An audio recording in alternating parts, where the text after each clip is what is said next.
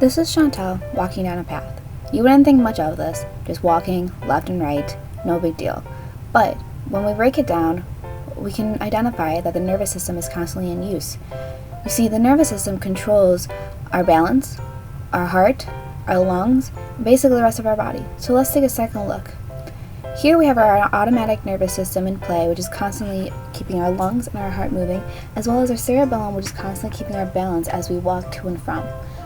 Your nervous system basically has a big old bureaucracy of neurons, and it's divided into two main departments: the central nervous system and the peripheral nervous system. The central nervous system has the brain and the spinal cord. The brain is responsible for integrating most sensory information and coordinating body function, and the spinal cord conducts the signals between the brain and the rest of the body. Your peripheral nervous system consists of the sensory neurons and the motor neurons, which is basically all the stimulus receptors throughout your body, which are basically your nerves, and they inform your central nervous system of the stimuli. And then your peripheral nervous system is broken down into two sections: the sensory somatic nervous system and the autonomic nervous system. Your somatic nervous system is responsible for carrying motor and sensory information to and from the central nervous system. So nearly all voluntary muscle movements and processing sensory information that arrives via external stimulus, such as hearing, touching, sight, is through the somatic nervous system. And then your autonomic nervous system is responsible for the involuntary controls in the body, such as your heart rate, your breathing, swallowing, digestion. The autonomic nervous system is then broken down into the sympathetic and parasympathetic. The parasympathetic is responsible for the regulation of the internal organs and glands which occur unconsciously, so what we know as the rest and digest. And then the sympathetic is what we know as the fight or flight response.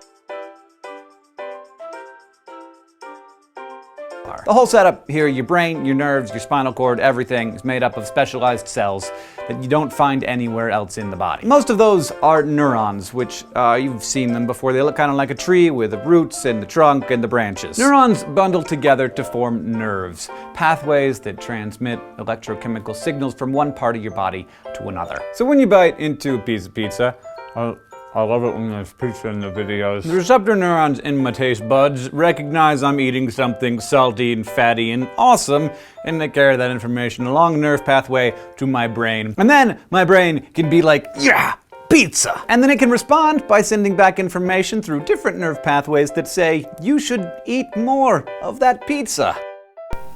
The cerebrum, which is almost 80% of the brain, consists of the left and right hemisphere, and it sits on top of the nervous system and engages in a variety of high-order functions, such as learning and memorizing things.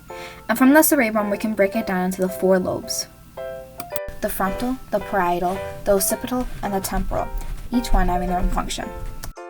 Other areas of the brain include the motor cortex and the sensory cortex.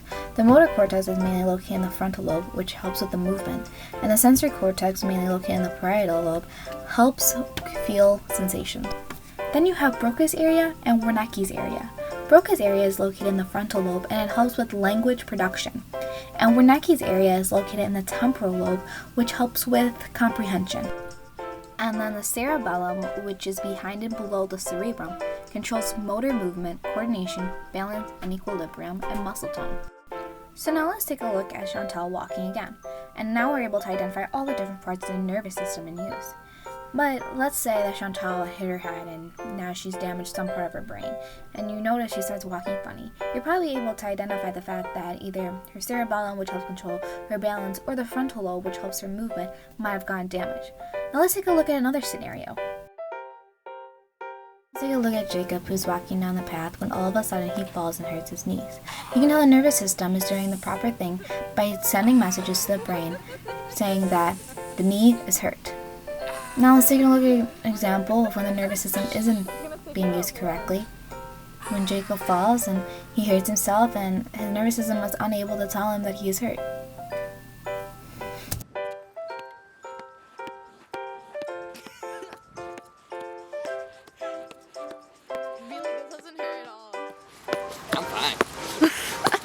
Spinal cord acts as the highway where messages from the body travel to the brain and back again. These messages are tiny electrical signals that can travel at more than 200 miles per hour to let you feel sensations, like when water is too hot or too cold. The nerves deliver their messages, and the brain interprets them. Now you know that water is too cold.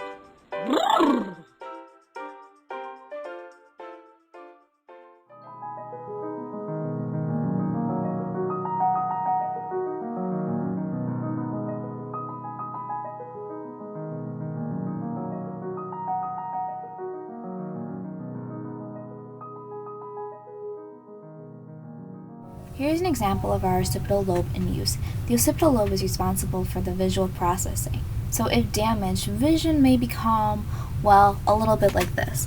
A little fuzzy, a little foggy, and a little hard to see. That's right, Jacob. It's very hard to see when your occipital lobe is damaged. My vision is disappearing. I must have damaged my occipital lobe. Oh, that's terrible.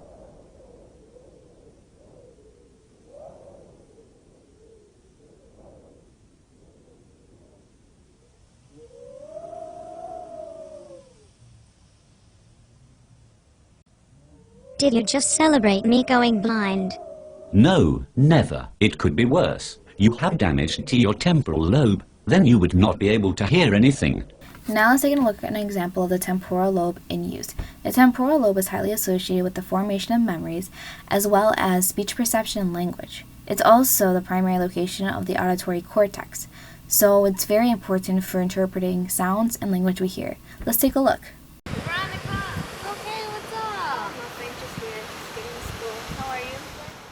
And here's an example of the temporal was damaged.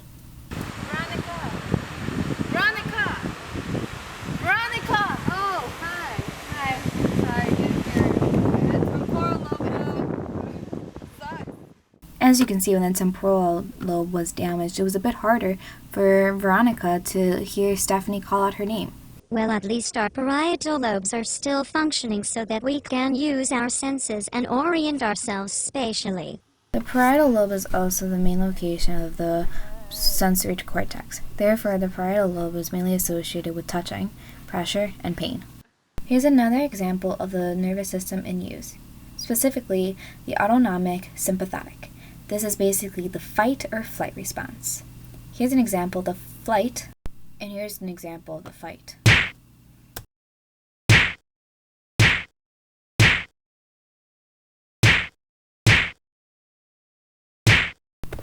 And that was just a simple review of the nervous system.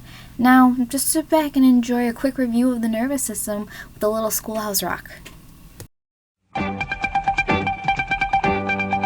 There's a telegram for you, ma'am, and the message is clear. It says there's something bugging you and buzzing in your ear. The results can be quite itchy, so what is your reply? Tell your arm to swat that fly.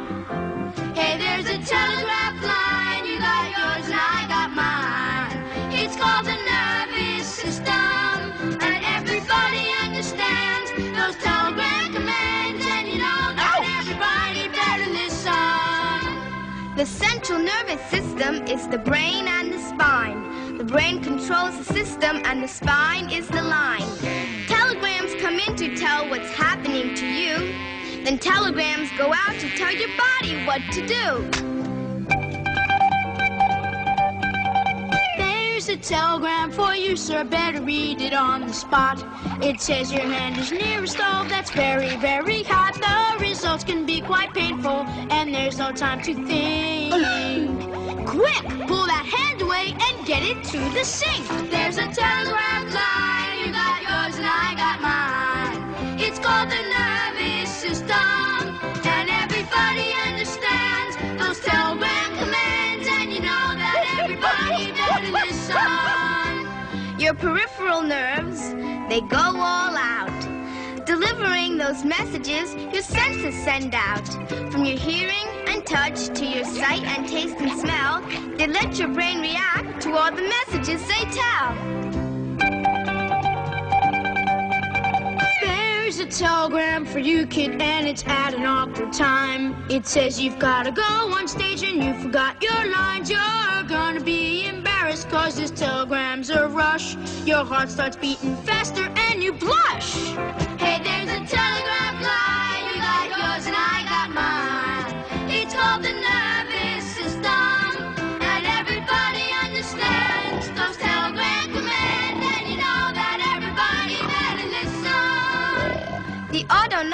system has a hold of you, controlling automatically some things that you do. Your breathing and your heartbeat just go on naturally. And when you're scared, your nerves rev up the speed.